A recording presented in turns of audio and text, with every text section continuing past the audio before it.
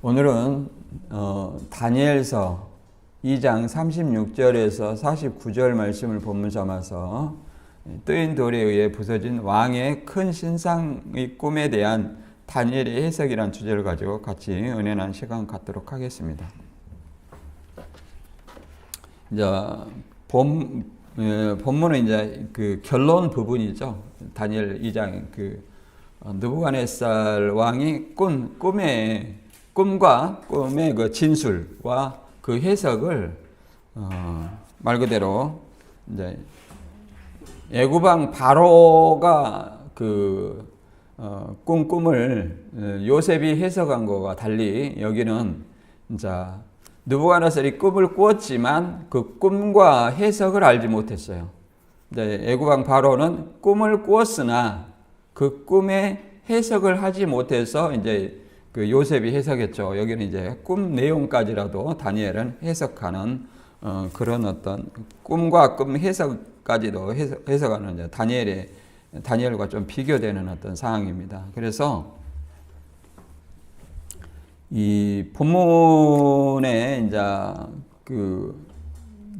크게 보면 4개의 나라로 이루어져 있죠. 36절부터 읽어보면 이제 다니엘이 이제 느부갓네살의 꿈 해석과 그 결과에 대해서 얘기를 하는데, 느부갓네살이 꿈에 본 신상은 이제 이 세상을 상징하는 어떤 것으로서 신상의 이제 각 부분이 있잖아요. 그 머리, 그 다음에 가슴과 팔, 배와 넓적다리, 종아리, 그 다음에 발에 얼마는 철이요 얼마는 진흙이다. 이런 어떤 내용이 결국은 첫째 머리가 순금으로 된 머리는 바벨론 제국을 상징합니다. 바벨론 제국. 이제 실제 요한계시록하고 다니엘하고 많이 연결시켜 보는데 계시록의 배경은 로마가 배경이에요. 네 번째 나라가 이게 이어지죠. 근데 여기서는 그 로마를 뭘로 계시록에서는 표현했냐면 바벨론이라고 묘사를 했어요. 바벨론. 근데 여기서 바벨론은 역사적으로 이루어진 꿈을 꾸었지만 그 역사적으로 그렇게 그대로 이루어지는 어떤 사건을 1차적으로 진술해 놨고, 또 그걸 통해서 하나님의 나라를 드러내기 위해서 이렇게 설명되어 있습니다. 그래서 이제 금으로 된 신상의 머리는 바벨론 제국이고 이제 은으로 된 가슴과 팔은 이제 바사, 메데 바사 이렇게 얘기하죠. 메디아 페르시아를 얘기하죠. 메디아 페르시아, 메데 바사 제국이고, 그 다음에 배와 넓적다리, 노수로 된 배와 넓적다리는 그 다음에 어디를 얘기를 합니까? 이제 그리스 제국, 헬라 제국을 얘기해요. 마케도니아라고 얘기를 하고 헬라 제국이라고 하죠. 헬라 제국, 그 다음에 새로 된 종아리는 로마 제국, 이렇게 4개의 나라로 이렇게 구분이 됩니다. 이 로마 제국이 다시 이제 신약하고 연결되죠. 신약시대로 연결됩니다. 여기까지 이제 이 꿈의 신상을 보여줬고, 그 신상이 이렇게 역사적으로 이루어진다는 것을 우리가 알 수 있습니다. 다니엘서를 보면. 그런데 이제 그 발에 얼마는 철이요 얼마는 진흙이다 이렇게 얘기했잖아요. 얼마는 철이요 얼마는 진흙이다. 그러니까 새와 진흙으로 혼합된 발을 상징하는 나라는 로마 제국 이후에 나타날 분열된 모든 나라를 상징합니다. 그래서 이 신상의 발을 파괴한 어떤 돌은 누구를 상징해요? 예수 그리스도를 상징하는 것입니다. 그래서 예수 그리스도가 이제 그 철과 진흙 그 발을 부서뜨려서 이 모든 나라를 결국은 파괴하고 그 돌은 온 세상에 가득했다 이렇게 얘기를 합니다. 그것은 이제 예수 그리스도께서 이제 결국은 예수 그리스도에 의해서 심판받아 멸망할 세상 나라를 상징합니다. 결국은 이 말씀이 온전히 이루어질 때는 언제겠어요? 그리스도 재림 때겠죠. 그래서 그리스도에 의해서 세상이 멸망한 후에 그리스도의 새로운 나라가 도래할 것을 설명하고 있습니다. 그리고 이제 46절부터 49절까지는 이제 다니엘의 이런 꿈 해석을 통해서 이제 느부갓네살 왕이 하나님은, 다니엘이 믿는 하나님은 모든 신들의 신이라고 이렇게 찬양하고 고백합니다. 여기서 모든 신들의 신이라는 것은 자기들의, 그러잖아요. 자기들이 믿는 신들이 있어요. 물론 바벨론 신은 마르둑이라고 하는 신들이 있죠. 신들, 사람이 만들어낸 어떤 신들, 그 신들의 신으로 찬양하고 고백합니다. 이는 하나님을 신으로 인정하거나 믿었다는 것이 아니라 여러 신들 중에 하나로 인정한 것을 얘기합니다. 여러 신들 중에 하나로 그 중에 이제 으뜸이라고 얘기를 하는 거죠.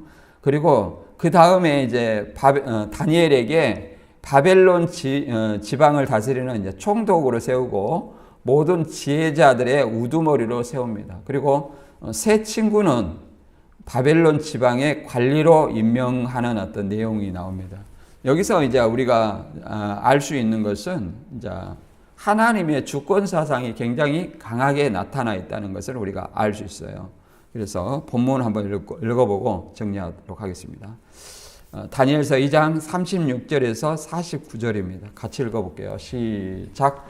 그 꿈이 이러한즉 내가 이제 그 해석을 왕 앞에 아뢰리이다. 왕이여, 왕은 여러 왕들 중에 왕이시라. 하늘의 하나님이 나라와 권세와 능력과 영광을 왕에게 주셨고 사람들과 들짐승과 공중의 새들 어느 곳에 있는 것을 막론하고 그것들을 왕의 손에 넘기사 다 다스리게 하셨으니 왕은 곧 그 금머리이니이다.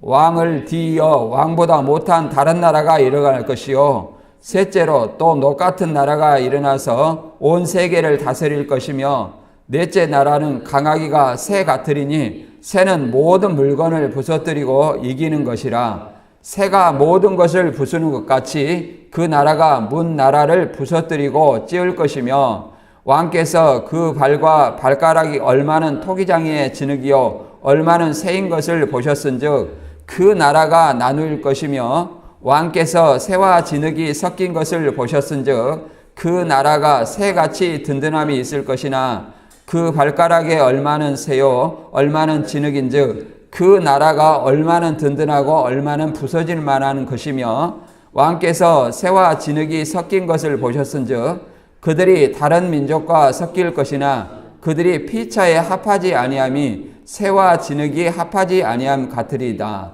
이 여러 왕들의 시대에 하늘의 하나님이 한 나라를 세우시리니 이것은 영원히 망하지도 아니할 것이요 그 국권이 다른 백성에게로 돌아가지도 아니할 것이요 도리어 이 모든 나라를 쳐서 멸망시키고 영원히 설 것이라.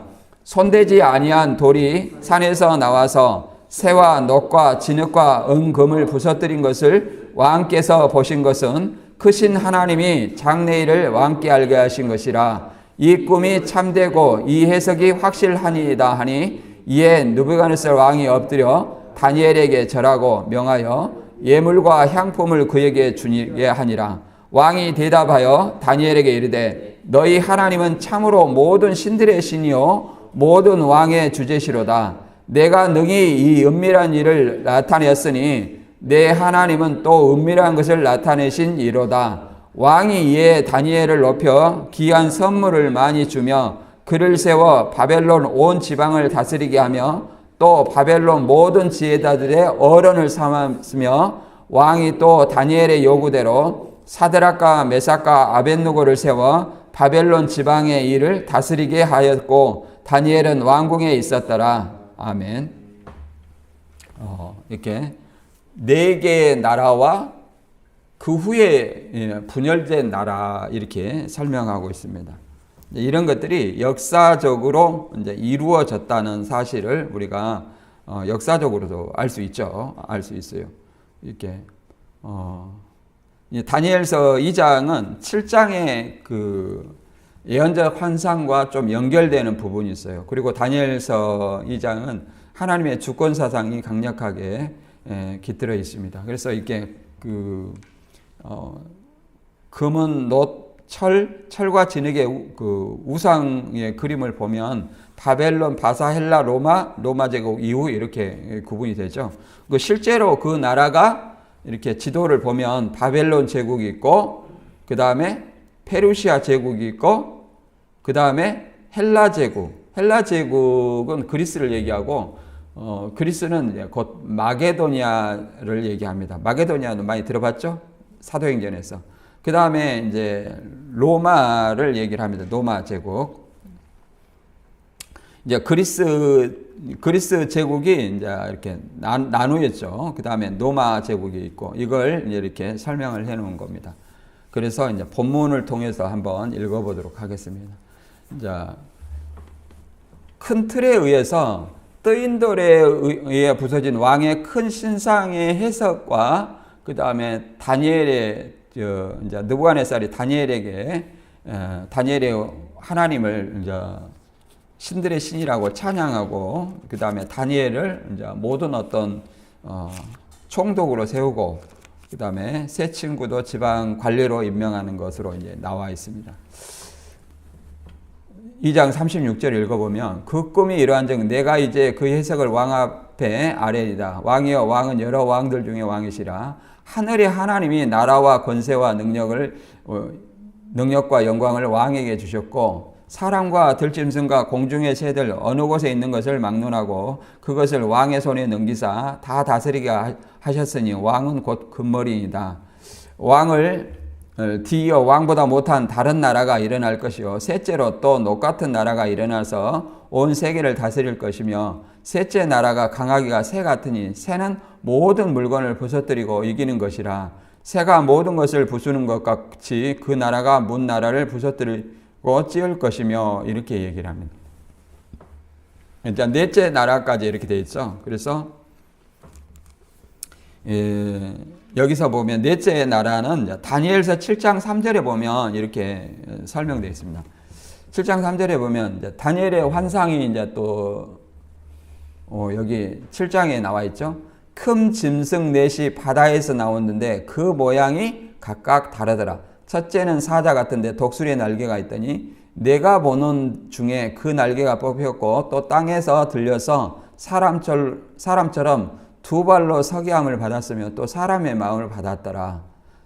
또 보니 다른 짐승 곧 둘째는 곰 같은데 그것이 몸 한쪽을 들었고 그 입 사이에는 새 갈빗대가 물렸는데 그것에게 말하는 자들이 있어 이르기를 일어나서 많은 고기를 먹으라 하였더라. 이렇게 얘기를 합니다.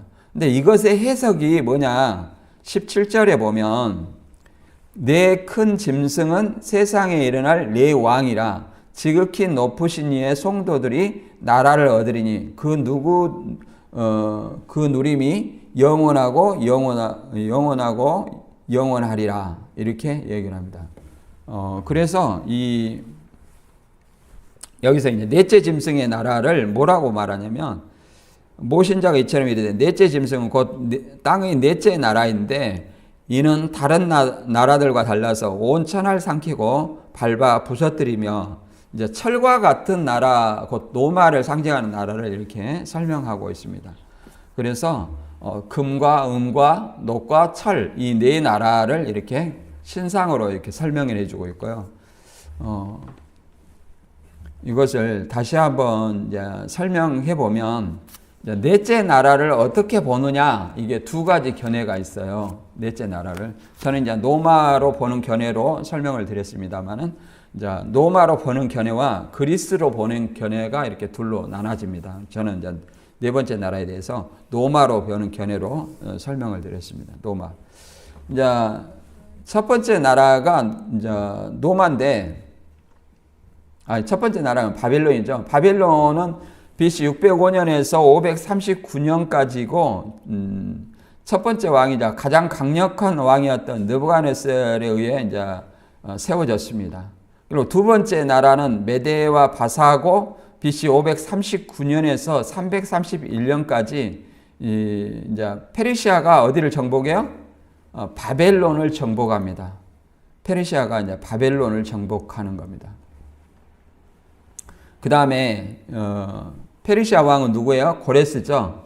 이 나라가 바벨론보다 열등한 것은 그 통치나 문화 또는 도덕성 면에서 이제 그 열등하다 이렇게 생각할 수 있다 얘기합니다. 그다음에 세 번째 나라가 이제 헬라가 그리스죠. 마게도니아. BC 331년에서 146년까지로서 누가 세웠죠? 이제 나폴레옹이 의해서 그냥 알렉산더에 의해서 설립된 나라죠. 그리스 제국이 알렉산더에 의해서 세워졌고 이제 애굽으로부터 인도까지 통치하는 그 나라입니다. 알렉산더 정복은 이제 날개 달린 표범처럼 신속했고 그의 제국은 그의 사후에 그의 네 장군에 의해 분열되었습니다. 이것이 이제 7장에도 나오고 이제 계속 7장과 8장 이렇게 이어서 나오는 겁니다. 그 다음에 그리스가 8장과 11장에 주된 역할을 하게 되고요. 2장과 7장에서는 이제 조연 역할을 보조 역할을 할 뿐입니다. 이제 본서에 아람어 부분 독자들이 히브리어 부분 독자들을 각각 염두에 둔 것으로 보인다. 그 말은 이 다니엘서가 두 가지 언어로 기록되어 있어요. 아람어와 히브리어로 기록되어 있어요. 우리가 이제 크게 구약은 히브리어, 신약은 헬라어 이렇게 얘기하잖아요. 근데 다니엘서만은 아람어가 포함되어 있다. 아람어는 어디 언어요? 바벨론 언어죠. 바벨론 언어. 여기로 이렇게 두 가지 언어로 이렇게 구분되어 있다. 네 번째 나라는 이제 노마로 BC 146년에서 AD 47년까지 노마의 나라인데 노마는 누가 세웠습니까? 노마는 누가 세웠냐면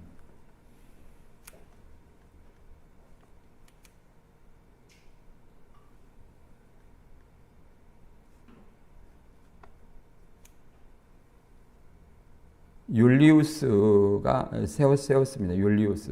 근데 제가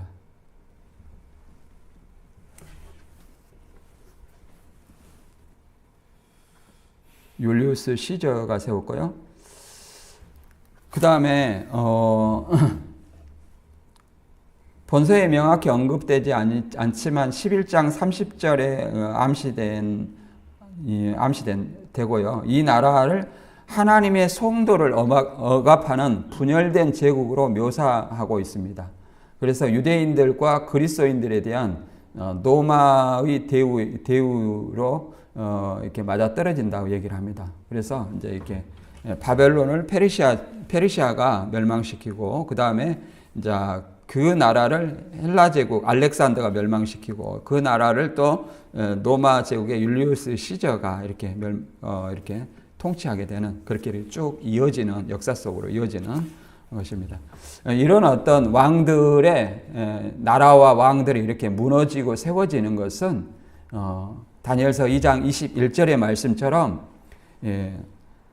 그는 때와 계절을 바꾸시며 왕들을 폐하시고 왕들을 세우시며 지혜자에게 지혜를 주시고 총명한 자에게 지식을 주시는도다. 누가 그럽니까? 하늘의 하나님께서 이 모든 것을 하신다고 얘기를 하시는 겁니다. 그래서 하나님의 어떤 절대적인 어떤 주권에 의해서 모든 것들이 이렇게 이어져 간다는 것을 설명하고 있는 겁니다.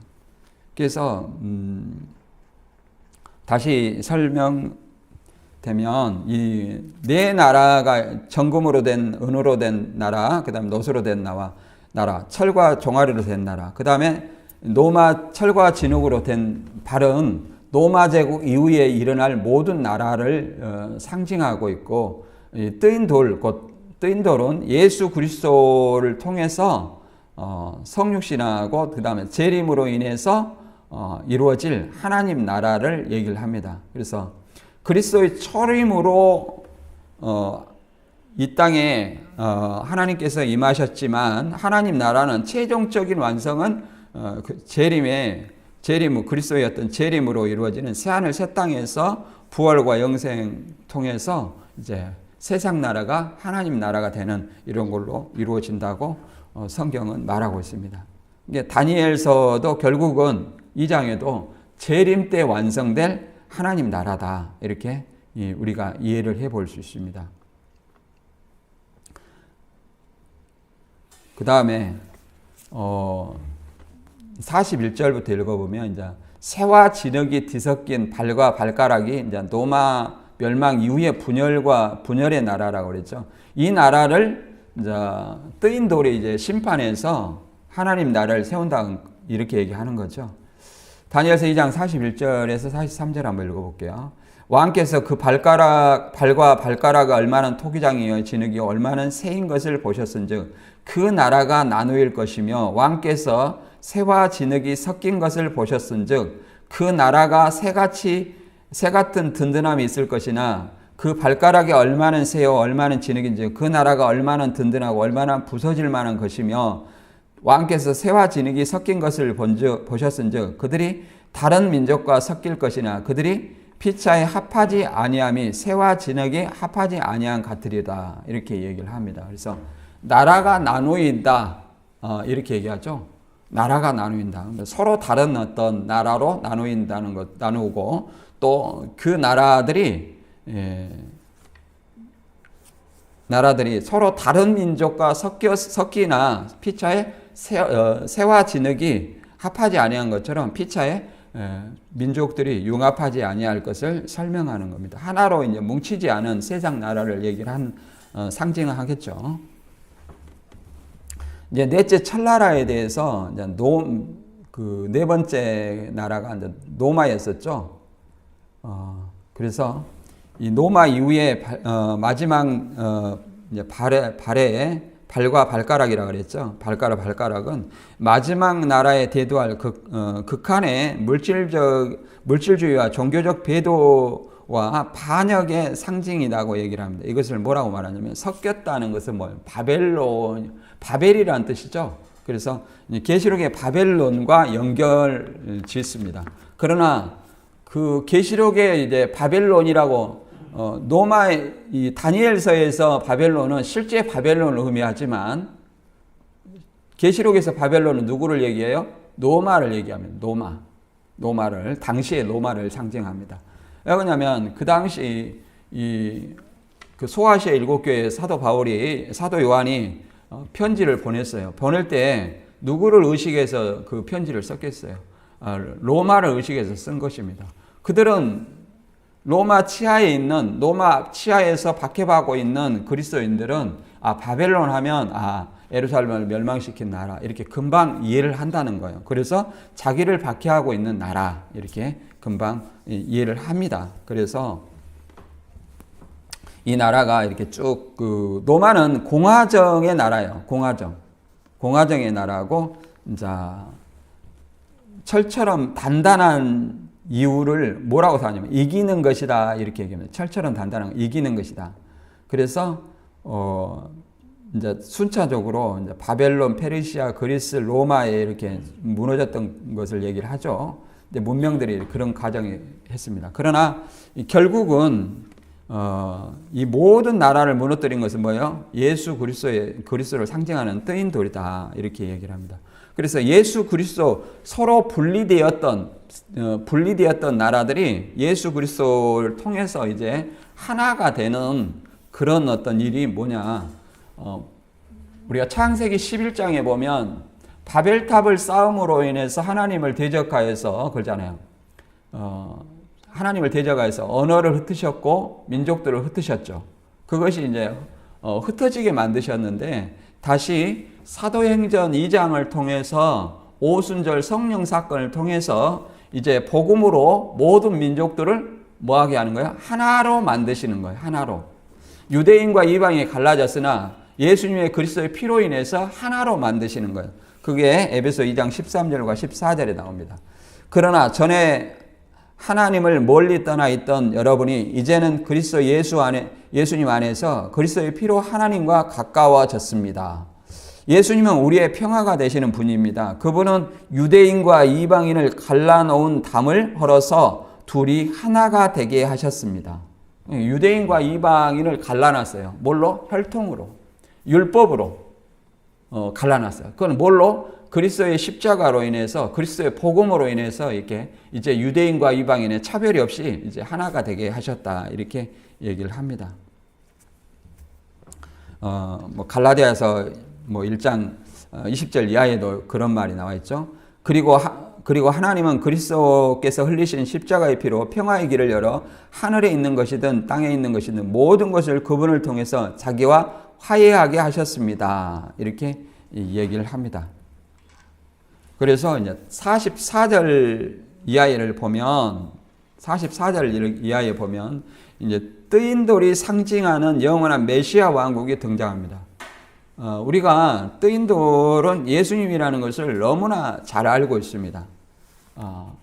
이게 역순으로 이렇게 되잖아요. 역순으로 되는데 우리가 새가 가장 강하다 이렇게 얘기합니다. 그러니까 이것은 나라가 이렇게 점점 흘러갈수록 뭐 하다는 거예요. 악의 세력이에요. 자, 바벨론, 바사, 그 다음에 그리스, 로마 이런 어떤 세력들이 누구의 세력이요? 신상, 그 우상의 나라, 곧 우상의 나라라는 것을 상징하고 있고 그 나라가 결국은 사단의 나라라는 거예요. 그러면 갈수록 예수 그리스도의 재림이 가까워 올수록 그 사단의 세력이 더 강해진다는 거예요. 강해지지만 그 민족들이 서로 하나로 모아지지 않고 흩어진다는 거죠. 새의 강함은 있으나 철과 진흙이 합하지 아니한 것처럼 서로 뭉치지 아니한다. 이렇게도 설명을 합니다. 그랬을 때 이제 그 발을 부서뜨렸다. 그 말은 무슨 말이겠어요? 가장 그들의 이제 그 혼합하지 않는, 합하지 않는 그런 부분을 이제 예수님의 그 뜨인 돌이 하나님께서 세우시는 어떤 뜨인 돌이 그 모든 나라를 무너뜨리고 발이라는 것은 또 심판을 상징해요. 발이라는 것은. 그렇죠? 발이라는 것은 뭘 상징해요? 심판을 상징합니다. 그래서 발을 이렇게 뜨인 돌이 때렸다는 것은 그 우상의 나라들을, 신상의 나라들을 심판함으로 말미암아 어떤 나라가 세워져요? 하나님 나라가 세워지고 이제 사단의 세력을 멸하고 누구의 나라가 세워져? 그리스도의 나라가 세워질 것을 얘기하는 것입니다.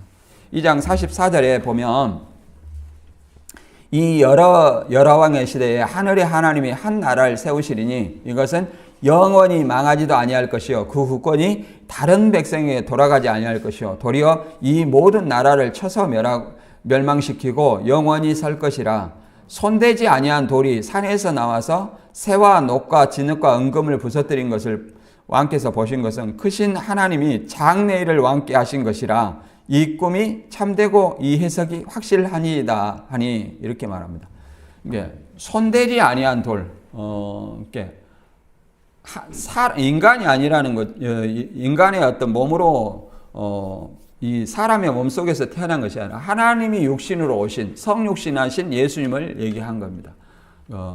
예수님이 그러잖아요. 이 모든 새와 녹과 진흙과 은과 금을 부서뜨린 것은 장래일을 알게 하신 것이다. 장래일.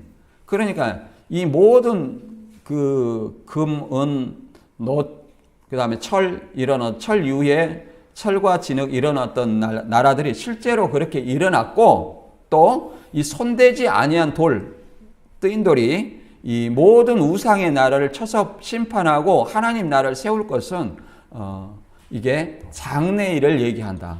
결국은 초림을 통해서 1차적으로 예수님을 통해서 하나님 나라가 세워졌고 언제 재림 때 온전히 이제 완성이 된다 이렇게 설명하고 있습니다. 우리가 우리 이미와 아직을 얘기하더라고요. 이미와 아직. 이미 이루어진 하나님 나라는 아직 안 이루어졌지만 완성된 재림으로 완성이 된다. 하나님 나라가. 그래서 메시아 왕국은 예수님의 재림으로 완성이 됩니다. 이사야 28장 16절에는 이 앞번에도 읽어봤지만 보라 내가 한 돌을 시온에 두어 기초를 삼았노니 곧 시험한 돌이요 기하고 견고한 기초돌이라. 그것을 믿는 이는 다급하게 되지 아니하리라. 시온에 한 돌. 이 돌을 시험한 돌이다. 그렇죠. 예수님은 마귀에게 시험한 돌이죠. 그리고 기초돌이라고 하죠.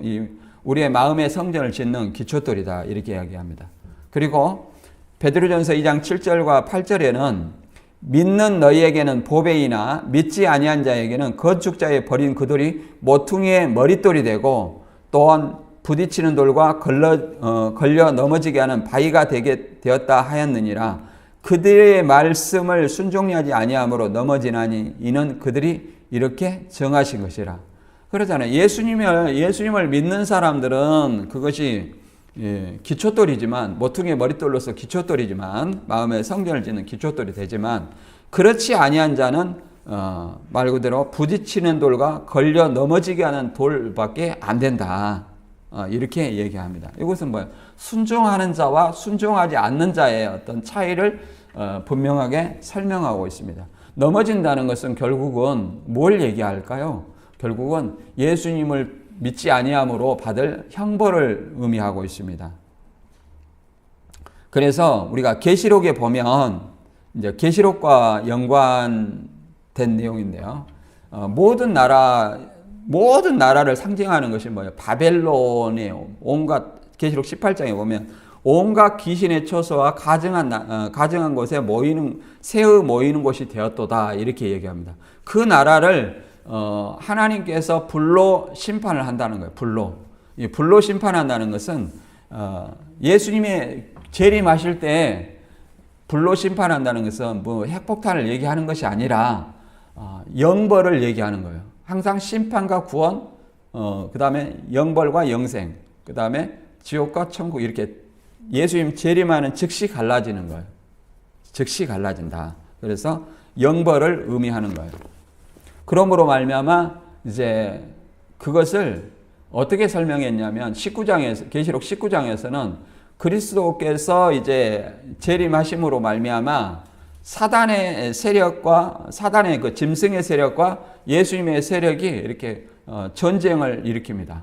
그걸 이제 아마겟돈 전쟁이라고 말하죠. 아마겟돈 전쟁으로 말합니다. 그러나 이게 전쟁으로 묘사되어 있지만 예수님은 이미 십자가로 승리하셨기 때문에 승리자가 재림하심으로 말미암아 사단의 세력, 곧 짐승의 세력은 어떻게 해요? 불못에 들어간다. 이렇게 불못 심판을 받게 된다. 그러므로 이루어지는 것이 뭐예요? 새하늘과 새 땅의 하나님의 나라예요. 이걸 이제 계시록 11장 15절에서는 이렇게 설명합니다. 일곱째 천사가 나팔을 불매 하늘에 큰 음성들이 나서 이르되 세상 나라가 우리 주와 그의 그리스도의 나라가 되어 그가 세세토록 왕노릇 하시리로다. 그렇죠? 뜨인 돌인 그리스도께서 세세토록 왕노릇 하는 것은 이제 세상 나라가 없어져야, 심판받아 없어져야 우리 주와 그리스도의 나라가 되어서 이제 세세토록 왕노릇 한다. 그래서 고전 15장 51절 말씀 이하도 마지막 나팔에 죽은 자들이 썩지 아니할 것으로 살고 우리도 썩지 아니할 것으로 영생하는, 변화하는 것입니다. 그것이 영생이죠. 어디에서? 계시록 21장 1절에 예수 그리스도의 재림함으로 말미암아 새 하늘 새 땅으로 새 예루살렘이 내려옴으로 말미암아 새 하늘 새 땅에 거하는 모든 사람들은 새 예루살렘과 함께 부활과 영생, 영원한 어떤 생명을 얻는 그 영생의 세계를 살게 됩니다. 그러나 믿지 아니하는 자들과 두려워하는 자들과 거짓말하는 자들, 우상 숭배자들, 이런 어떤 자들은 불과 유황으로 타는 못에 참여한다. 이것이 둘째 사망이라 이렇게 얘기를 하고 있습니다. 이게 성경이죠. 이게 계시록에서는 이렇게 순서대로 이렇게 되어 있지만, 그러니까 신천지가 이것을 막 순서대로 이렇게 설명하지만 심판과 구원은 동시성이다. 동시성. 예수님이 오면 그냥 안 믿는 자는 바로 불못이에요. 믿는 자는 뭐예요? 부활과 영생이에요. 데살로니가 전서에서는 이제 휴거와 휴거되지 못한 자 이렇게 갈라지는 거죠. 휴거라는 것은 말 그대로 그리스도의 형체로 변화되어야만 휴거되는 거예요. 나팔 소리를 듣는 순간 변화되는 사람은 새하늘 새 땅으로 휴거되고 그렇지 아니한 사람은 불못에 들어간다. 그것을 계시록 16장에서 18장까지 보면 바벨론 심판에서 이제 바벨론을 불로 심판한다. 이런 어떤 얘기를 하고 있는 것입니다. 결국은 이제 이 영원한 하나님 나라는 종말에 이루어질 것이다. 예수 그리스도의 재림으로 이루어질 것이다. 이것을 설명하고 있습니다. 그 다음에 이제 이런 어떤 꿈 해석을 함으로 말미암아 느부갓네살이 하나님을 찬양하고 다니엘을 치리자로 세우고 바벨론 치리자로 세우고 세 친구를 지방 관리로 임명하는 내용이 나옵니다. 46절부터 읽어볼게요. 이에 느부갓네살 왕이 엎드려 다니엘에게 절하고 명하여 예물과 향품을 그에게 주게 하니라.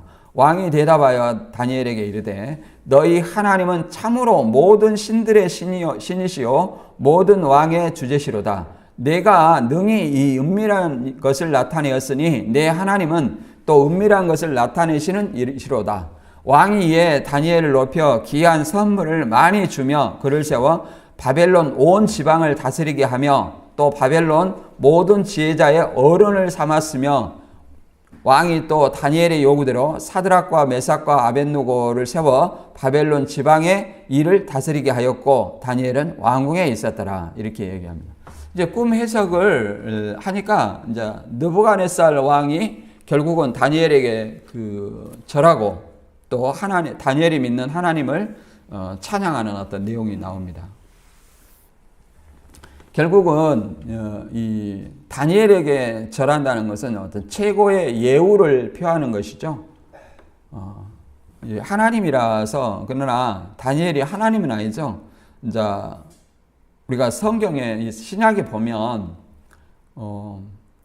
천사에게 사도 요한이 절하려고 했을 때도 그러잖아요. 절은 함부로 받는 것이 이렇게 받지 않잖아요. 근데 이 베드로도 마찬가지고 사도 요한도 마찬가지고 경배는 누구에게만 해라? 하늘의 하나님께만 해라. 이렇게 얘기를 합니다.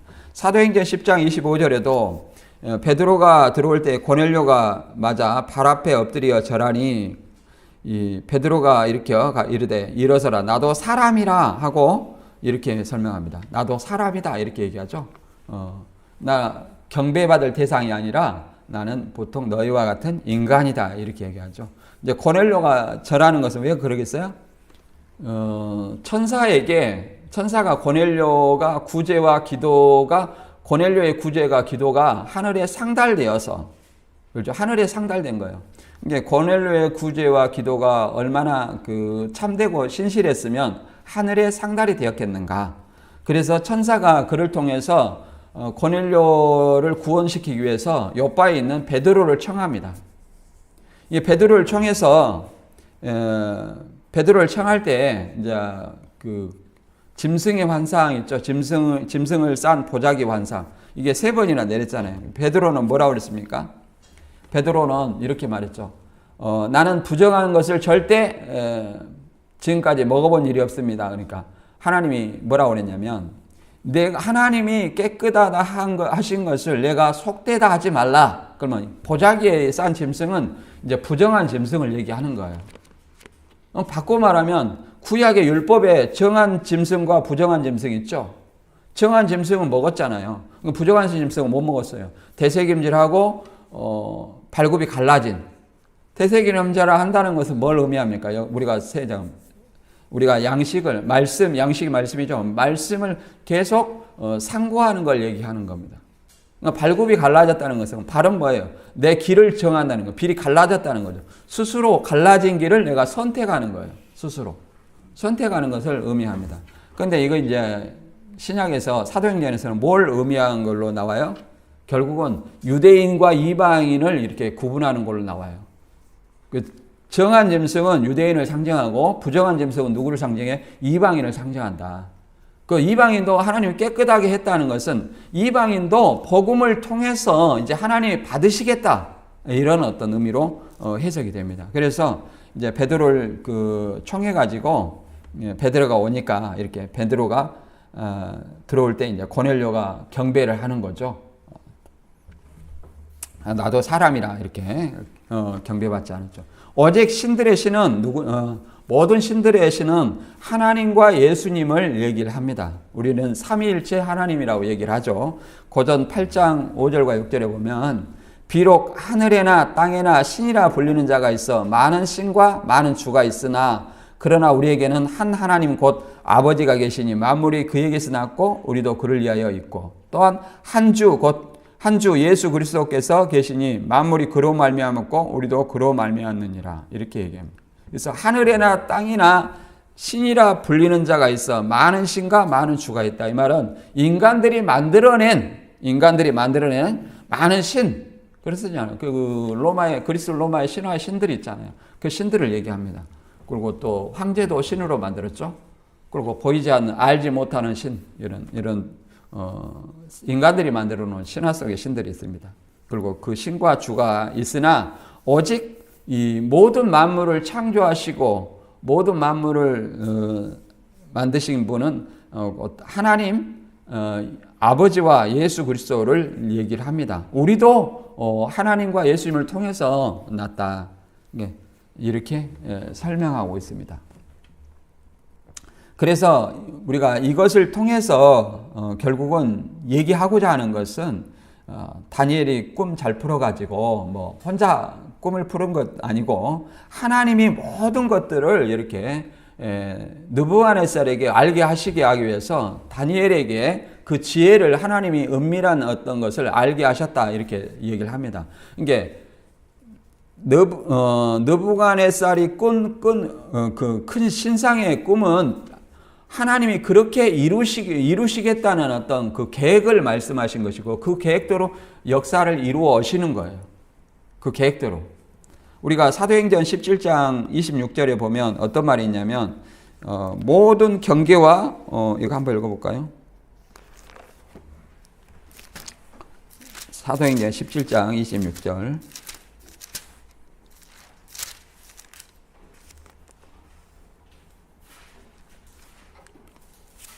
자, 17장 26절 찾으셨으면 한번 읽어보겠습니다.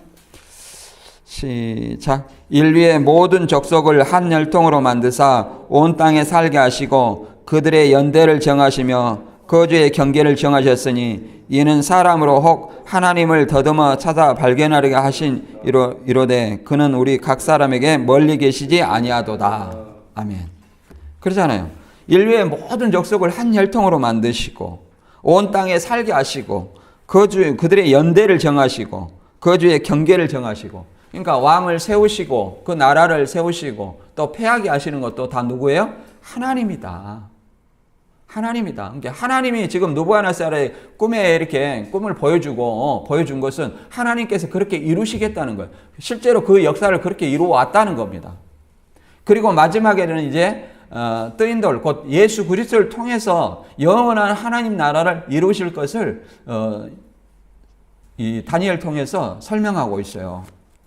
그래서 이 다니엘서 2장 2절에 그러잖아요. 때와 계절을 바꾸시고 하나님은 때와 계절을 바꾸시고 또 하나님은 왕들을 폐하시기도 하시며 하나님은 왕들을 세우시기도 하시며 또 하나님은 다니엘과 같은 사람에게 지혜를 주시며 또 다니엘에게 또 지식을 주시는 이런 어떤 모든 힘을 가지신 자다 이렇게 얘기합니다.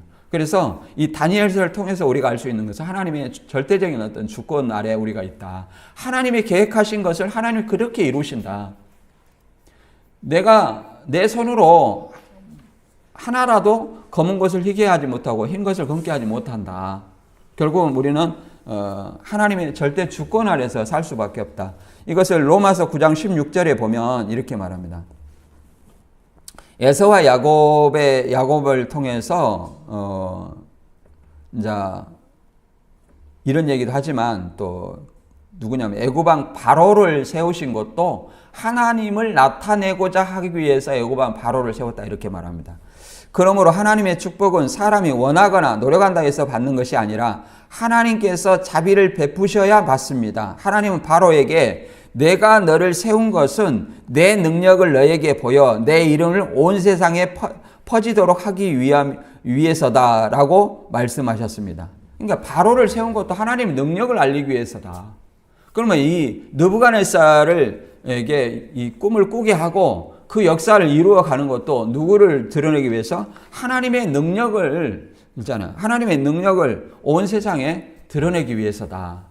그래서 우리는 하나님의 주권 안에 있음을 늘 고백해야 됩니다. 다니엘서 2장 다시 한번 정리하면 느부갓네살 왕의 꿈은 각 나라의 강력한 시대를 상징하고 바벨론, 페르시아, 그리스, 로마까지 결국 이 예수 그리스도가 이제 모든 나라를 발이라는 것은 발을 심판했죠. 발이 이제 이렇게 갈라졌잖아요. 철과 진흙으로.